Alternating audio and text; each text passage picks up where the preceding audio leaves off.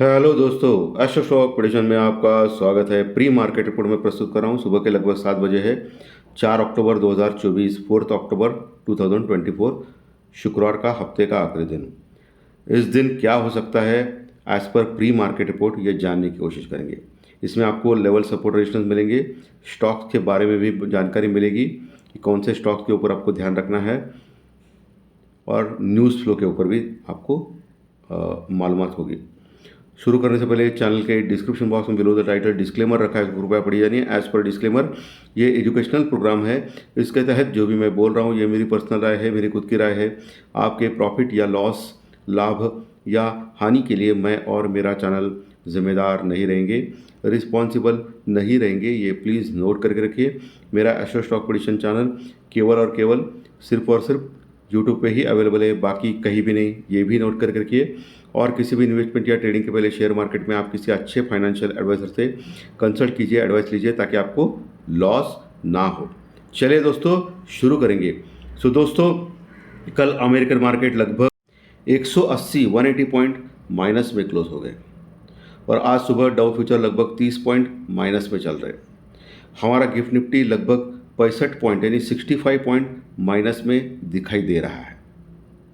देखेंगे 9 बजे क्या होता है, 9:15 बजे क्या होता है। सबसे बड़ा factor crude oil. Crude oil आज सुबह $78 के आसपास है दोस्तों। जी हाँ, आपने सही सुना, $78। बहुत बड़ा उछाल क्रूड ऑयल में आ चुका है, और इसकी वजह अमेरिकन प्रेसिडेंट है दोस्तों। अमेरिकन प्रेसिडेंट जो बाइडन ने कल बोला है कि इस्राइल ईरान के तेल साठों के ऊपर, तेल ठिकानों के ऊपर हमला कर सकता है। यानी ऑयल मैन्युफैक्चरिंग है ईरान, सबको मालूम है। ऑयल सप्लाई करता है पूरे वर्ल्ड को, ये भी मालूम है आपको। तो उसके जो तेल ठिकाने हैं, यानी ऑयल मैन्युफैक्चरिंग जहाँ होता है, वहाँ इसराइल हमला कर सकता है, ताकि इसराइल का जो फाइनेंशियल सेटअप है वो बिगड़ जाए। और इस न्यूज़ की वजह से $78 तक क्रूड ऑयल पहुँचा है दोस्तों। यानी युद्ध थमने का नाम नहीं ले रहा है, और मैंने आपको ऑलरेडी बोला है कि युद्ध बढ़ सकता है।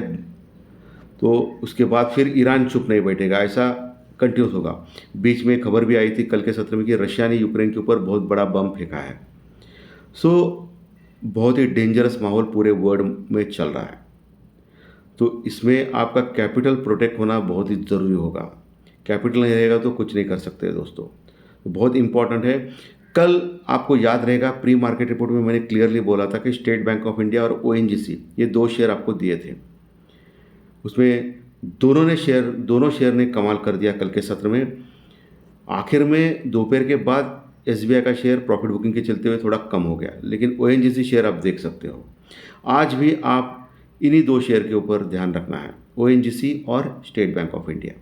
ओके, तो जो भी करना है आपको आपके फाइनेंशियल एडवाइजर के कंसल्ट करके कीजिए, ताकि आपको लॉस ना हो। ये अलग बात है, लेकिन प्रॉपर स्टॉप लॉस ये इम्पॉर्टेंट है सभी ट्रेड में। नहीं तो बहुत बड़ा प्रॉब्लम आ सकता है, मार्केट में कुछ भी हो सकता है कभी भी, क्योंकि एक बड़ी खबर उसके बाद सब कुछ ज़ीरो। कल इंडिया विक्स 10% बढ़ा था। आज के सत्र में देखना पड़ेगा इंडिया विक्स क्या करता है। अगर इंडिया विक्स ऐसे ही बढ़ते गया और 15 के ऊपर गया तो मार्केट में वॉलेटिलिटी बहुत बड़ी हो सकती है दोस्तों। 15 के ऊपर, अभी तो नीचे है, 10% बढ़ने के बाद भी अभी 13 के पास है, लेकिन 15 के ऊपर नहीं जाना चाहिए इंडिया विक्स, नहीं तो प्रॉब्लम होगा। एफआई और डीआई की फिगर तो आपको मालूम है, 15,000 करोड़ की सेलिंग एफआई की और 13,000 करोड़ की बाइंग डीआई की। 15,000 करोड़ के आसपास की कैश में सेलिंग की एफआई ने कल के सत्र में, बहुत बड़ी सेलिंग की, और 13,000 करोड़ की बाइंग की डीआई ने कैश में। निरंतर एफआई बेच रहा है, और हो सकता है बहुत सारे लोग, बहुत सारे न्यूज एजेंसी ऐसे बोल रहे कि ये जो पैसा एफआई का अभी चाइना के मार्केट में जा रहा है, क्योंकि चाइना के मार्केट में उन्होंने कुछ स्टिमुलस डिक्लेयर किया है, पैकेज डिक्लेयर किया है, और उनकी जो अभी तक आर्थिक मंदी के चपेट में था चाइना, अभी थोड़ा सा रिकवर हो रहा है, तो वो तेज़ी में आ रहा है। तो यहाँ का पैसा वहाँ जा रहा है एफआई का, ऐसा लोग बोल रहे हैं। वैसे भी एफआई की जो लॉन्ग पोजीशन है अभी 70% तक अभी भी है, 70-75% तक, वो अभी कम होती जा रही है स्लोली। अभी भी बहुत चांसेस है नीचे गिरने के एफआई के लॉन्ग पोजीशन इंडेक्स में, निफ्टी और बैंक निफ्टी में दोस्तों।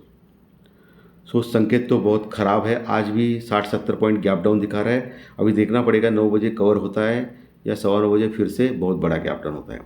आज सबसे इम्पोर्टेंट लेवल आपको मैं दे रहा हूँ 22,050 से लेके 22,150 का। पहला जो इम्पोर्टेंट सपोर्ट आएगा वो 22,150 का आएगा एज पर टेक्निकल। वहाँ रुकता है या नहीं देखना है निफ्टी को। वहाँ रुक गया तो वहाँ से बाउंस बैक मिल सकता है। निफ्टी में उसका जो पुट कॉल रेशो है वो 0.70-75 के आसपास है। अभी भी थोड़ा ज़्यादा है, बहुत कम नहीं हुआ है, लेकिन बैंक निफ्टी का पुट कॉल रेशो काफ़ी कम हो गया है, 0.60-65 के पास है। तो बैंक निफ्टी रिलेटिवली एक बाउंस बैक जल्दी कर सकता है, ऐसा दिख रहा है दोस्तों। Okay, so put call ratio over sold के आसपास पहुंच रहा है। सो हो सकता है 22,150 के आसपास अगर 100 पॉइंट का गैप डाउन मिले, क्योंकि 22,250 यानी 22,250 के पास निफ्टी कल के सत्र में क्लोज हो गया था, 250 यानी 250 पॉइंट माइनस में। सो आज 100 पॉइंट का गैप डाउन अभी भी दिखा रहा है 7 बजे, बाद में क्या होगा मालूम नहीं, लेकिन उसके अनुसार 22,150 तक हम लोग खुल सकते हैं, तो वो एक सपोर्ट मिलेगा वहाँ।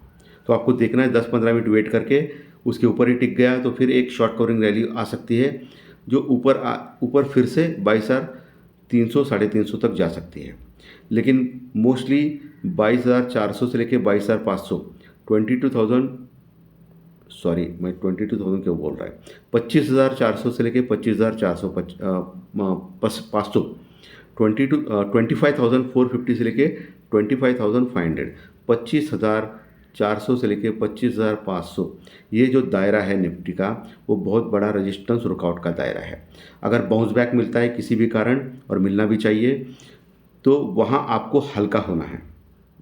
कहाँ? 25,400 से लेके 25,500 के बीच में जो बड़ा रेजिस्टेंस रुकआउट का लेवल है, वहाँ कॉल रेटस है, करोड़ों में कॉन्ट्रैक्ट्स है। ओके, तो वहाँ आपको हल्का होना है अवश्य। अगर 25,500 के ऊपर जाता है निफ्टी कोई अच्छी न्यूज़ आने के बाद, तो फिर बहुत बड़ी शॉर्ट कवरिंग फिर से आ सकती है जो और ऊपर लेके जा सकती है निफ्टी को। लेकिन फिलहाल ऊपर का लेवल इतना ही दिखाई दे रहा है मुझे। नीचे 22,150 इंपॉर्टेंट सपोर्ट है, 25,150, 25,150 इंपॉर्टेंट सपोर्ट है। अगर 25,150 टूट गया तो फिर 25,000, 25,050 ये लेवल तुरंत आ सकते हैं निफ्टी में। 25,050 तक गिर सकता है निफ्टी, और 25,050 अगर ब्रेक करता है तो बड़ी गिरावट निफ्टी में आ सकती है। यहाँ तक कि निफ्टी 24,800 से लेके 24,900, 24,800 से लेके 24,900 तक जा सकता है अगर 25,000 यानी 25,000 का लेवल तोड़ता है तो ये नीचे का लेवल, और ऊपर का लेवल मैंने ऑलरेडी बोला है 25,400 से लेके 25,500, 25,400 से लेके 25,500, यहाँ आपको हल्का होना है, प्रॉफिट बुक करके निकल जाना है। सेल ऑन राइज मार्केट रहेगा दोस्तों, क्लियर कट, ये मैं आपको अभी भी क्लियर कट बोल रहा हूँ दोस्तों, इसके ऊपर ध्यान रखें। निफ्टी में हफ्ते का आखिरी दिन है शुक्रवार, और हमेशा शुक्रवार के दिन बहुत ही बड़ा नाटक होता है, आपको ध्यान रहेगा। 10 में से 8 बार शुक्रवार के दिन बहुत बड़ा वोलेटिलिटी होती है, मार्केट में बहुत बड़ा मूवमेंट होता है। सो आज भी आपको बहुत ही संभल के काम करना है। वही बैंक निफ्टी कल के सत्र में लगभग 1100 पॉइंट माइनस में क्लोज हो गया था, 51,845 के पास, 51,845 के पास। आज लगभग 60-70 पॉइंट का गैप डाउन है, सो 200-300 पॉइंट नीचे खुलेगा। सो ऐसे में आपको इम्पोर्टेंट सपोर्ट के पास पहुंचेगा 51,500 के पास, 51,500 के पास, वो टूटना नहीं चाहिए। वहाँ आने के बाद आपको इमीडिएटली बाय नहीं करना, रुकना है 10-15 मिनट, और अगर टिक गया है वहाँ बैंक निफ्टी तो फिर कवर हो जाएगा बैंक निफ्टी, और 52,500 तक जाने की कोशिश करेगा, 52,500 तक, वहाँ एक रेजिस्टेंस है। 52,500 अगर क्रॉस करेगा तो बैंक निफ्टी में बड़ी शॉर्ट कवरिंग रैली जो 53,000, 53,000 तक भी लेके जा सकती है। तो 52,500 क्रॉस करना चाहिए बैंक निफ्टी। अगर क्रॉस नहीं कर पाया तो वही आप सेल कर सकते हो, या पुट लेने के चांस है वहाँ, ये ध्यान में रखिए दोस्तों, ठीक है। लेवल्स के ऊपर आज काम करें, इंपॉर्टेंट लेवल्स के ऊपर ध्यान रखें आज। और नीचे 51,500 अगर तोड़ देता है बैंक निफ्टी तो फिर 51,000 जल्दी आ सकता है बैंक निफ्टी में, 51,000। ओके, बहुत, क्योंकि पिछले कई दिनों से लगातार बैंक निफ्टी गिर रहा है और लगभग 3,000 पॉइंट गिरा है दोस्तों, ऑल टाइम हाई, और यहाँ तक आप देखेंगे तो, ठीक है। और वही निफ्टी लगभग 1,000 पॉइंट गिरा है, तो दोनों परसेंटेज टर्म में दोनों ठीक ठाक है, बराबर है एकदम। सो आज बहुत ही संभल के काम करना है दोस्तों, ध्यान रखें इस चीज़ का। तो धन्यवाद दोस्तों, आज का विषय अच्छा लगा तो लाइक दबाइए, कमेंट बॉक्स में कमेंट लिखिए और जो नए दर्शक पहली बार चैनल देख रहे हैं वो सब्सक्राइब का बटन जरूर दबाएं ताकि आपको आने वाले सभी वीडियो सिर्फ इसी चैनल के ऊपर सिर्फ और सिर्फ यूट्यूब के ऊपर जरूर देखने मिले। Thank you very much. फिर मिलेंगे फाइनेंशियल एस्ट्रोलॉजी के स्टॉक मार्केट के प्रेडिक्शन कार्यक्रम में। धन्यवाद।